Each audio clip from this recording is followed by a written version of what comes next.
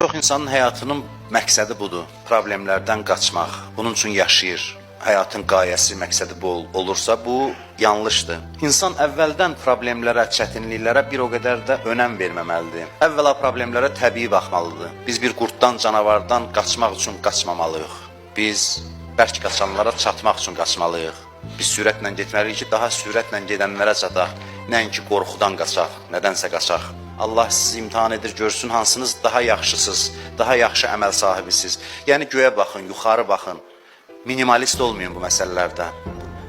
Problemdən qaçmaq üçün yaşamayın. Bəzilərinin bütün çalışmağı, səyi buna görədir ki, problemlər həyatında olmasın. Bu da mümkünsüz bir şeydir, yanlış bir yanaşmadır.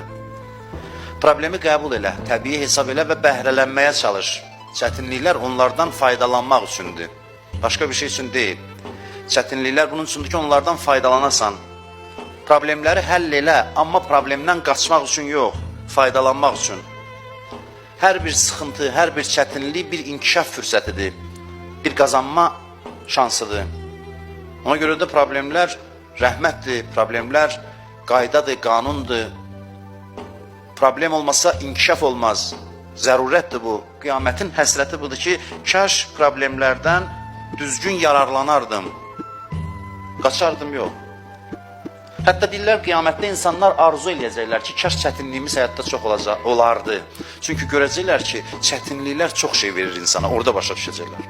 Sən demə, çətinliklərlə əldə olunurmuş hər şey. Onda qiyamətdə arzu eləyəcək ki, ikinci dəfə mənə həyat verirlərdi. Problemim, çətinliyim daha çox olardı, çünki problemlər çox fayda verir insana. İnsanın mənəvi inkişafında misilsiz əhəmiyyətə malikdir. Bu sözdən belə başa düşməyək ki, biz həyatda özümüzə problem yaradaq qətiyyən. Problem dərd üçün deyil, inkişaf üçündür. Problem bunun üçün deyil, dizi qucaqlayıb oturub dərdini çəkəsən.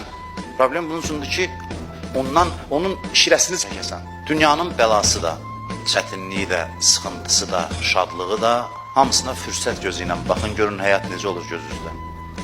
Bu dünyanın sevinci də inkişaf fürsətidir. Bu dünyanın sıxıntısı da, xoş günü də inkişaf fürsətidir, bəd günü də inkişaf fürsətidir. Bu dünya başdan ayağa hər bir hadisəsi ilə inkişaf fürsətidir. Nərdivandır, pillə-pillə qalxmaq üçün. Onda problem qabağına çıxanda demir, niyə mənim başıma gəldi bu iş? Bu sual ən ağılsız suallardan biridir. Bir var ki, niyə başıma gəldi, bayaq dediyim mənada, bir də o, niyə axı mən? Niyə sən mövzusu yoxdur? Hamının başına müxtəlif növ çətinliklər gələcək.